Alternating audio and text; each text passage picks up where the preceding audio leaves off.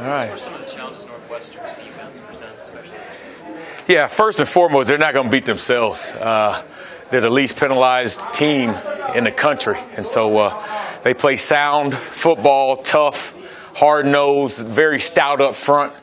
They basically playing with 4 defensive tackles on their defensive line. So great challenge up front. Secondary-wise, in the back end, they're going to be sound, disciplined. Like I said, they're not going to beat themselves. So we've got to make sure we go in there. We can't turn the ball over, can't have the penalties and get behind the chains. And in order, if we do that, we're not going to be successful. Why have you guys struggled on third down this season? Yeah, we've been in too many third downs. And anytime you're in third down and third down and long, then it's tough. And defenses can do a lot of different things. And so we've got to be more productive and efficient first and second downs. And so we don't get to as many third downs. And if we do, they're third and manageable. And so that's something that we're working on. And we've got to be better Saturday. How have you guys felt like you've done in third and manageable and third and short situations this season? Not as well as we need to. We get those third and ones, third and twos, and at times we've gotten stoned. So we've got to be better all across the board and understand that third down, that's the money down, and we've got to make sure we convert so we can extend drives and keep the defense off the field. Do you think Martinez's relative youth has anything to do with that? Because defenses tighten up on third down, or they do more exotic things? Really, it's across the board. Everybody has to step up and make a play. Linemen have to, create more surge up front. Receivers have to create separation on the perimeter, and so all of us can do a better job in third down, being more productive. What's Maurice Washington going to look like this week? Is he going to be signed kind of similar to what you guys did with him last week, or he kind of was a receiver as well as a tailback? Yeah, he's a playmaker, so we're going to find ways to get him the ball, find ways to match him up against someone that he has an advantage over. And so you're going to see him in a number of different roles. And, we've got to be smart. He's still a freshman, so we can't overwork him. But we definitely have to try to find ways to get the ball in his hands. And because when he has the ball in his hands, he's pretty special. Is there any temptation to use him more often flexed out because he can run and he can just be going straight ahead? Yeah, those are the type of athletes, those are type of guys we want are versatile players. Running backs that can line up outside, receivers that can line up as a running back, tight end. We want guys that have flexibility, versatility. That way, when he's on the field, defensive coordinators don't know where he's going to be. Is he going to be a running back? Is he going to be a receiver? If they want to play man, as Wisconsin did, we lined him up outside, and we took advantage of him on a linebacker. And so he has those skills. He has a skill set of a receiver. And so there's going to be times when you see him out at receiver and trying to create a matchup on a linebacker or on a safety that's not used to covering. What's been the key to JD's rise? Going back to camp, I guess. Really, attitude-wise, every day he comes to work. He comes to be great. I think he wants to be great. And even after that game he was talking about the 2 or 3 plays that he didn't make. There were a couple of routes where he went a little too deep and the timing with the quarterback was off. And so there were 2 or 3 plays that if he would have made, he probably had over 250 yards. And so he always wants to be great. He comes to work focused and ready to go. And, he just keeps getting better and better each game. He led the nation last year in third down catches. This year I think he's got 3. Yeah. Are you guys trying to find ways to maybe free him up? Because he was pretty good at that last year.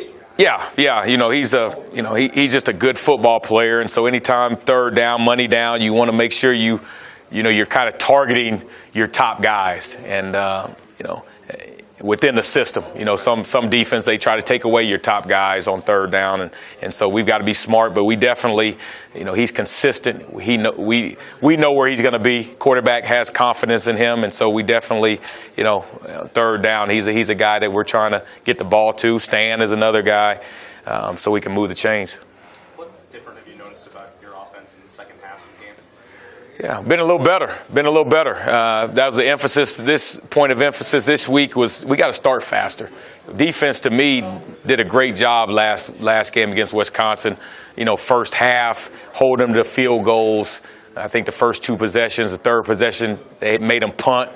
and we've got to capitalize. We've got to start faster, score touchdowns, get up on opponents. You know, and the teams we play, you can't go down in a halftime 20-3 and expect to win. And so we've got to be just as good in the first half as we've been in the last 2 games in the second half. How do you go about working on that emphasis?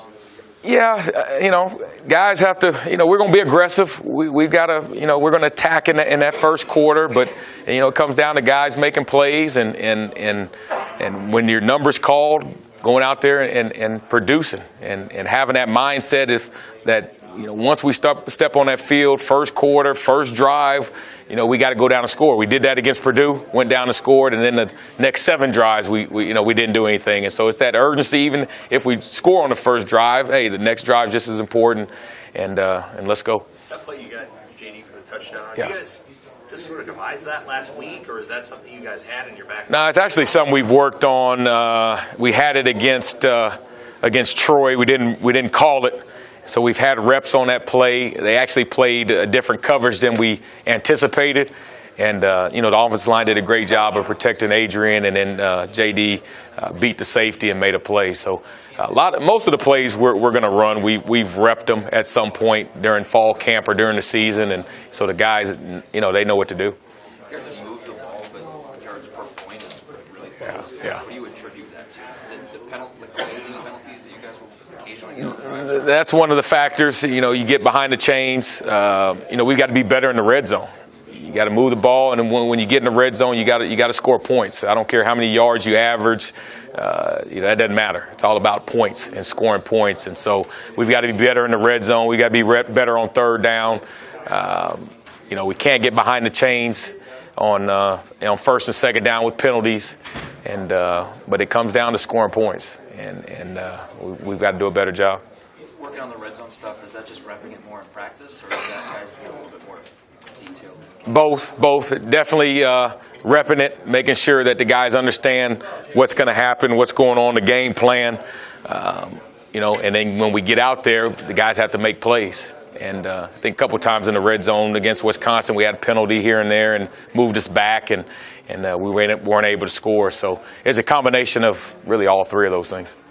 How close is McGriff and LeGrone getting on? Right now, they're still developing, and so you know, they're on the scout team. They're giving our defense a great look and getting better going against our number 1 guys. And you know, those guys, you know, they need a year in the weight room to get stronger, get bigger, especially at the position they're playing. And so they're doing a great job on scout team. And you know, we'll kind of see towards the end of the year what happens, and if they're able to see the field or not. How much is the time of possession differential a concern, and do you guys, with some of the injuries on defense, are you going to try to maybe be a little more? Yeah, you'd like to hold on to the ball more. In the end, I think defense, Coach Shenander would tell you they want us to score points.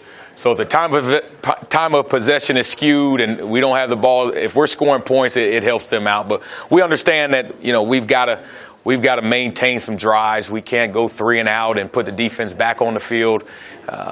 You know, we've got to make sure we give them the rest that they need. But in the end, we got to score points. And if we score points, they'll be happy with us. Thank you. All right.